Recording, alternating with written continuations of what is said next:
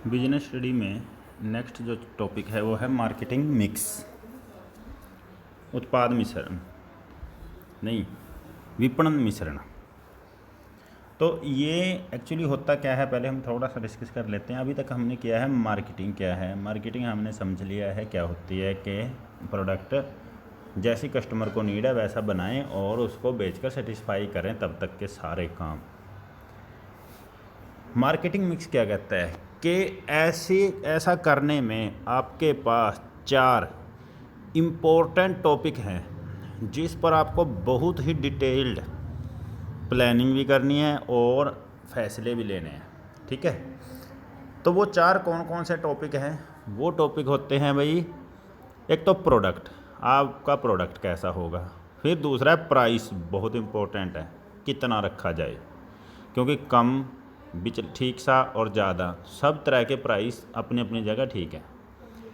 तीसरा आता है प्रमोशन, मशहूरी प्रचार, एडवर्टाइजमेंट कैसे किया जाए। और एक आता है प्लेस। प्लेस का मतलब है कि फैक्ट्री से उठाकर कस्टमर के घर तक कैसे पहुंचेगा। ये 4 मुख्य बिंदु हैं जो कि बहुत इम्पोर्टेंट है हमारे मार्केटिंग के लिए। तो इन चारों के बारे में डिस्कस करेंगे हम, उसी को ही हम मार्केटिंग मिक्स बोलते हैं। ठीक है, इसकी जो टूल किट की परिभाषा दी है वो क्या कहती है कि it refers to the aggregate of policies formulated with a view of successfully completing the different marketing activities.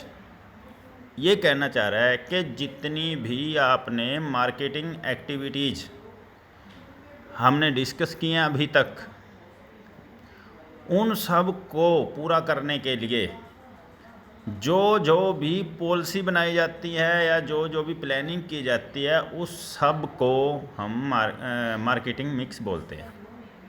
तो कुल मिला के बात ये हुई कि ये एक पॉलिसी, रूल और प्लानिंग, कुछ भी कह सकते हो, वो होता है जो मार्केटिंग एक्टिविटीज़ को पूरा करने के लिए बनाई जाती है।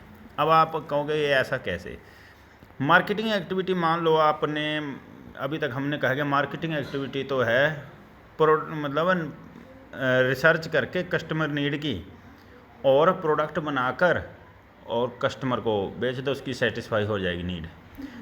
ये है मार्केटिंग एक्टिविटीज़ कि वहाँ से ऐसा बनेगा, वहाँ पहुँचेगा।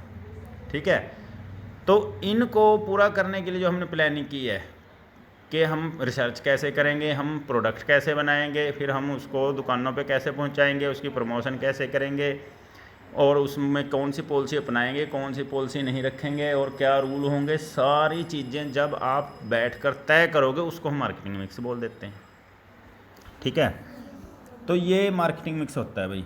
और जो मैंने आपको 4 पॉइंट बताए, 4P बोलते हैं उन्हें, मार्केटिंग की 4P, उनका जोड़ मार्केटिंग मिक्स है। Product, price, promotion, place. आगे इसके डेफिनेशन जो डाबर ने क्या कहा है, the policy adopted by the manufacturer. Manufacturer जो भी पॉलिसियाँ अपनाता है, मतलब बनाता है, to attain success in the market constitute the marketing mix.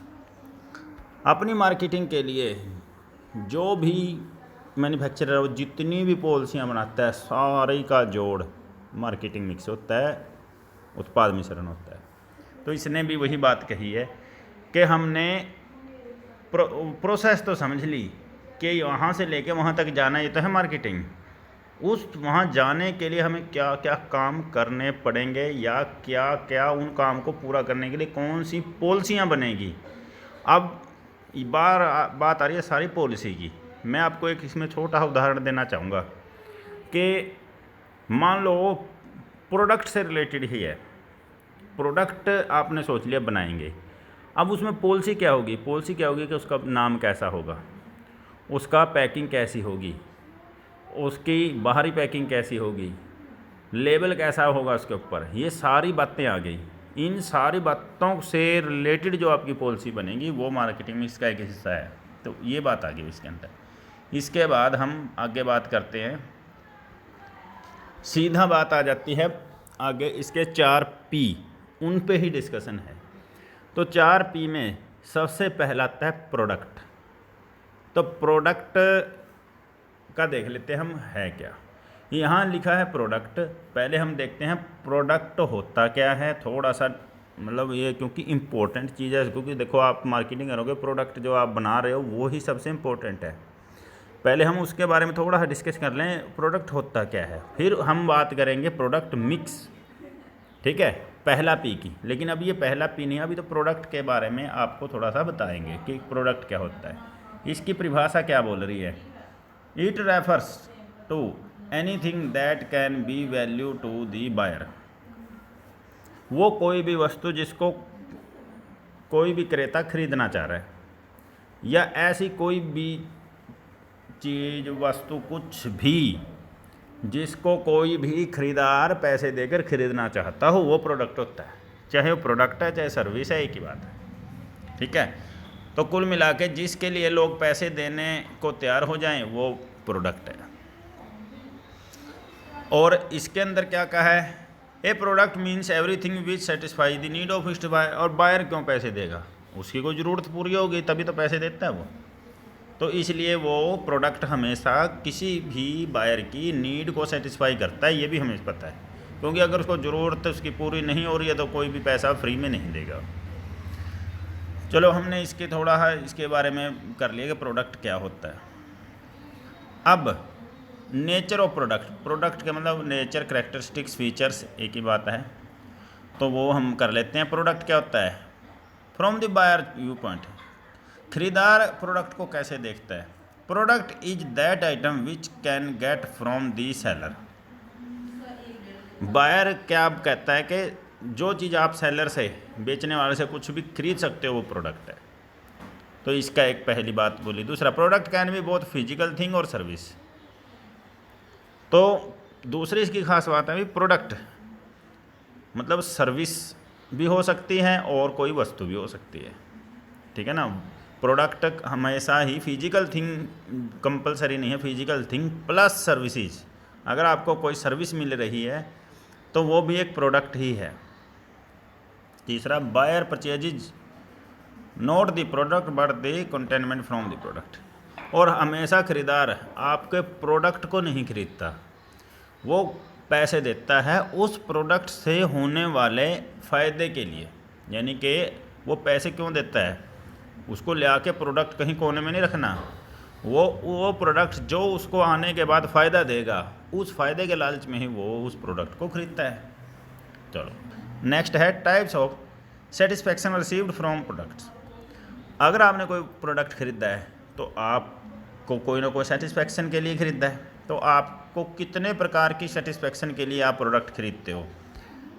अब आप कहोगे कि ये क्या बात हुई। देखो, हम ज़रूरी नहीं है प्रोडक्ट किस लिए ख़रीदते हैं भाई, हमारी कोई ज़रूरत के लिए ही खरीदते हैं। कई बार हम मतलब अपनी प्रेस्टीज के लिए भी खरीदते हैं, कई बार हम जीवन यापन के लिए खरीदते हैं, कई बार हम अपनी जिसको कहता है टोर दिखाने के लिए खरीदते हैं।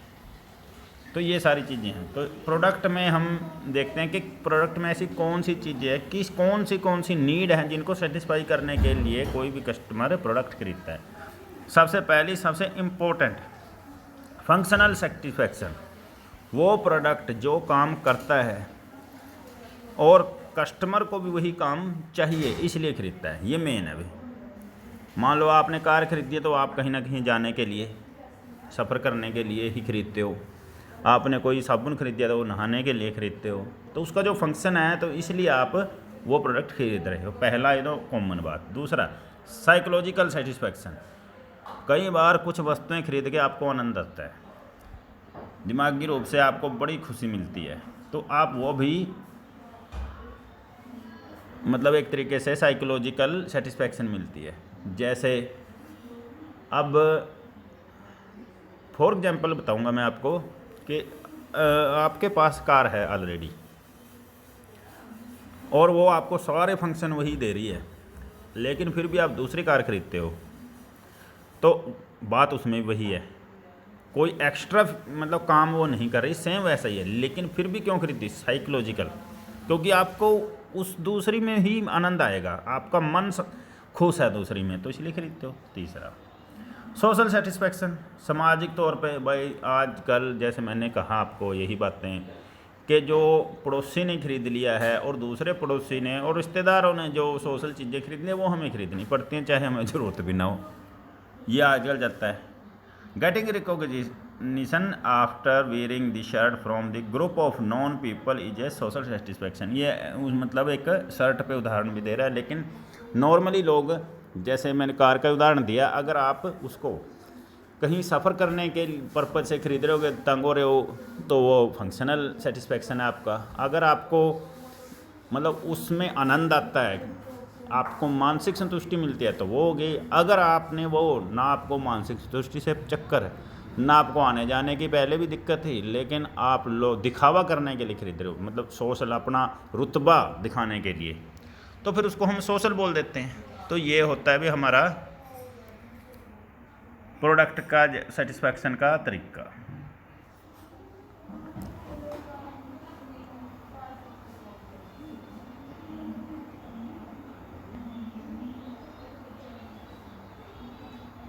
उसके बाद प्रोडक्ट के अंदर कितने प्रकार के हमारे प्रोडक्ट होते हैं, ये भी ज़्यादा इम्पोर्टेंट नहीं है और आसान भी है, आपने पहले पढ़ा हुआ है। प्रोडक्ट दो प्रकार के होते हैं, एक कंज्यूमर प्रोडक्ट्स, एक इंडस्ट्रियल प्रोडक्ट्स। कंज्यूमर प्रोडक्ट्स कौन से होते हैं भाई? कंज्यूमर प्रोडक्ट्स वे होते हैं जो कोई भी फाइनल कंज्यूमर खरीद कर उसको इस्तेमाल कर लेता है और काम ख़त्म।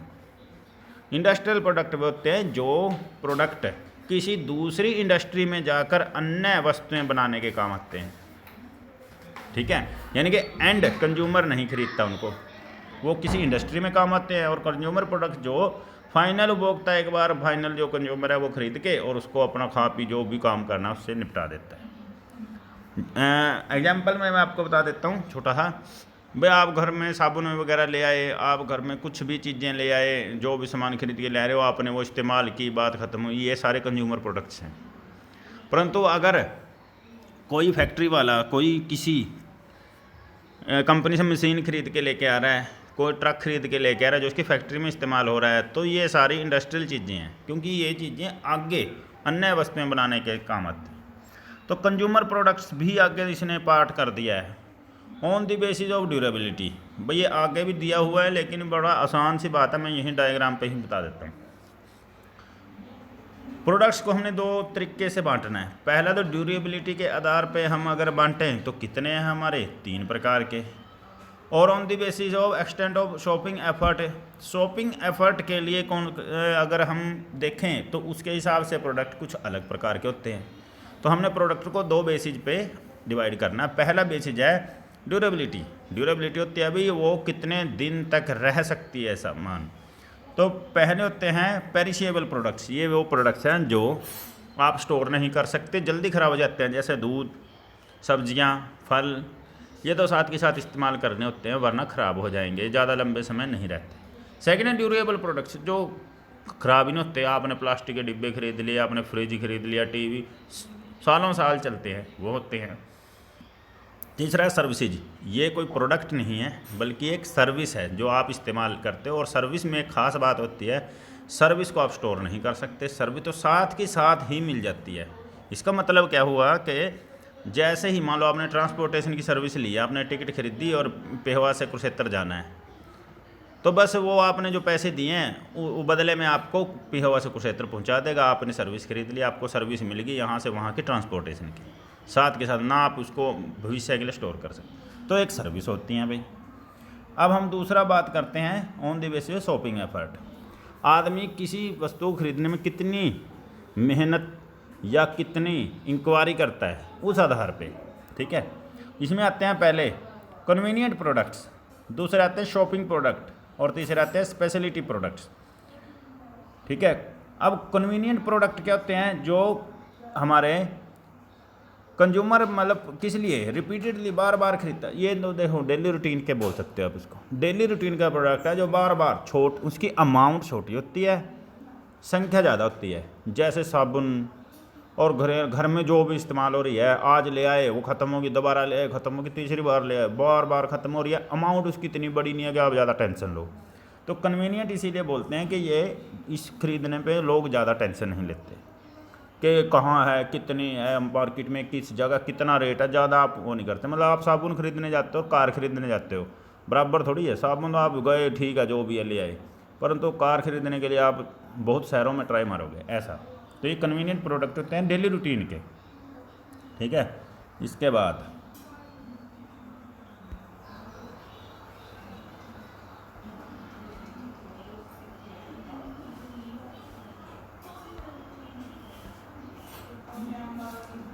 अब कन्वीनियंट प्रोडक्ट की इसमें फीचर दे रखे हैं, बड़ी सिंपल सी बातें हैं, मुझे लग रहा है कि हम वैसे ही। कन्वीनियंट प्रोडक्ट में क्या क्या खास बात है, एक तो ये किसी भी आप इसके लिए ज़्यादा दूर नहीं चलना चाहते, आसपास से ही खरीद लेते हो। और दूसरा ये कंटिन्यूस डिमांड में रहते हैं, बार बार खरीदते हो आप, क्योंकि ऐसा नहीं है एक बार खरीद लिया अब काम खत्म हो गया, तो डेली रूटीन की चीज़ें हैं। और हैविंग लो यूनिट प्राइस, इनका एक चीज़ का प्राइस कम ही होता है, मतलब ये लाखों में नहीं बल्कि 10 20 50 100 200 में मिल जाती हैं।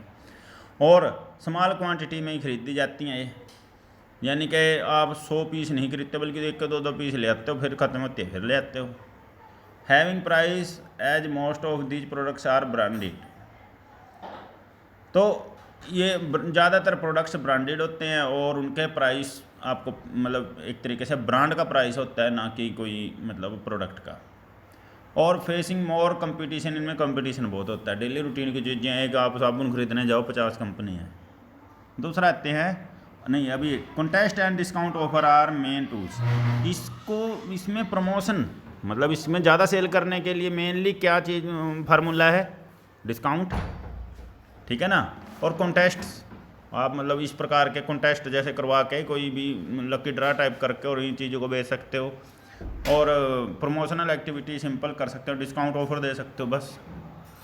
शॉपिंग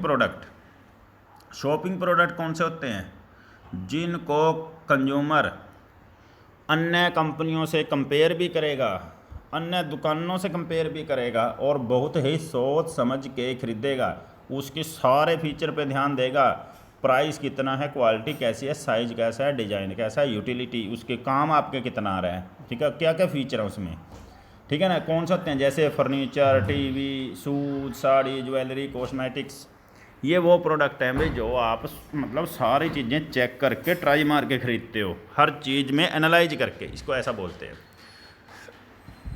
इन प्रोडक्ट्स की क्या खास बात होती है, एक तो ये लॉन्ग टर्म मतलब ड्यूरेबल प्रोडक्ट होते हैं, एक बार जो चीज़ आपने खरीद ली कई साल चल जाती है आपकी वो, ठीक है ना। और उसके बहुत सारे यूज भी आप कर सकते हो अलग अलग। यूनिट प्राइस और मार्जिन आर जनरली हाई, तो इनका पर पीस अमाउंट थोड़ा सा ज़्यादा ही होता है, जैसे मतलब टीवी, फ्रिज, कार, ये सारी चीज़ें, ठीक है ना। और कंज्यूमर इसमें बहुत ज़्यादा केयरफुल रहता है, जब भी खरीदता है ना वो बहुत इंक्वायरी करके ही खरीदता है, ऐसे ही राह चलते नहीं खरीदता। Little degree of impulse buying, और ये अचानक नहीं खरीदी जाती, ये प्लानिंग से ही खरीदी जाती हैं। ऐसा नहीं है कि आज आप बाज़ार घूमने गए और वहाँ से भाई चलो मूड बन गया कार खरीद ले जाते हैं चलो घर, नहीं, ये चीज़ें आप पहले प्लान करोगे कि हमने कार खरीदनी है और कैसे कहाँ से क्या अरेंज करना है, कौन सी अच्छी है, बहुत एनालाइज करके ही खरीदोगे। तो ये घूमते घूमते शॉपिंग नहीं होती अचानक। तीसरे आते हैं भी स्पेशलिटी प्रोडक्ट कौन से होते हैं, special significance for the consumer on the basis of which consumer is tempted to purchase. तो भाई ये स्पेशलिटी प्रोडक्ट होते हैं, स्पेशल प्रोडक्ट्स जो किसी एक कस्टमर के बहुत ज़्यादा काम का होता है, काम आता है, ठीक है भाई। और मतलब ये एक तरीके से आप ये कह सकते हो भी मतलब कंज्यूमर को ये प्रोडक्ट्स वेल नोन होते हैं, जैसे कह रहे products are well known to the consumer likes to purchase the products of a special brand, he does not compare it with other products. भाई यहाँ पर हम कुल मिला के इसका सारा मीनिंग क्या बना स्पेशलिटी प्रोडक्ट का, ये स्पेशल प्रोडक्ट है जिनके स्पेशल कस्टमर होते हैं और वो कस्टमर वही चीज़ लेते हैं बस। जैसे अब अगर आप कोई परफ्यूम इस्तेमाल करते हो कि मैं तो ये ही करता हूँ इस्तेमाल, दूसरे मैंने देखने ही नहीं है, ये वो प्रोडक्ट होते हैं भाई। सबके अपने अपने पर्सनल, जो जिसको पसंद है, अगर किसी को सैमसंग का टीवी चाहिए तो वो सैमसंग का ही लेगा, जिसने सोनी टीवी लेना तो वो बस वो दूसरे की तरफ जाता ही नहीं, ठीक है ना, स्पेशलिटी प्रोडक्ट में आ गया। तो ये हो गया। अब इसके अंदर कौन कौन से हो सकते हैं, car, scooter, mobile set, TV, fridge, और कोई रेयर कलेक्शन हो आर्ट वर्क, मतलब कोई आप घर के लिए कुछ खरीद के लेके आ रहे हो, आर्ट वर्क जैसी चीज़ें आपको पसंद है सजाने के लिए। हेयर कटिंग सैलून, ये जैसे इंपॉर्टेंट हो गया। दर्जी हो गया आपके, वहाँ देखो आप जो आपको पसंद है आप वहीं जाते हो, बस स्पेशल आपका होता है। इनकी क्या फ़ीचर है, इनकी फ़ीचर्स हैं भाई, हैविंग लिमिटेड डिमांड, इनकी डिमांड कम होती है क्योंकि स्पेशल कस्टमर है, थोड़े से कस्टमर ही होते हैं उसके। तो आपको अगर बेचना है तो सिर्फ उन्हीं पे फोकस करना पड़ेगा जो आपके पेट कस्टमर हैं उस ब्रांड के। और इनकी पर पीस बहुत ज़्यादा कीमत होती है, जैसे कार, फ्रिज वगैरह बहुत ज़्यादा कीमत होती है पर पीस। तीसरा, और इसके सप्लायर भी फिर थोड़े ही होते हैं, मतलब ऐसा नहीं है कि जगह जगह हर कॉर्नर पे इनकी दुकानें खुली हैं। तो ये स्पेशल प्रोडक्ट स्पेशल सी दुकान पे मिलते हैं जाके किसी किसी पे। Require large scale of advertisement, और इनको एडवर्टाइजमेंट की बहुत ज़्यादा ज़रूरत होती है। ऐसा क्यों, क्योंकि आप किसी चीज़ के लिए स्पेशल पीछे ऐसे ही नहीं पड़ते। जब आप बार बार एडवर्टाइजमेंट दे दे के आपको वो चीज़ रटवा दी जाती है, फिर आप उसके फ़ैन हो जाते हो, बस फिर वही खरीदते हो। उसके बाद रिक्वायरिंग आफ्टर सेल सर्विस, और इनमें आफ्टर सेल सर्विसेज भी एक इम्पोर्टेंट पार्ट अदा करती हैं। तो हमारा आज का काफ़ी हो गया है, बाकी हम कल करेंगे।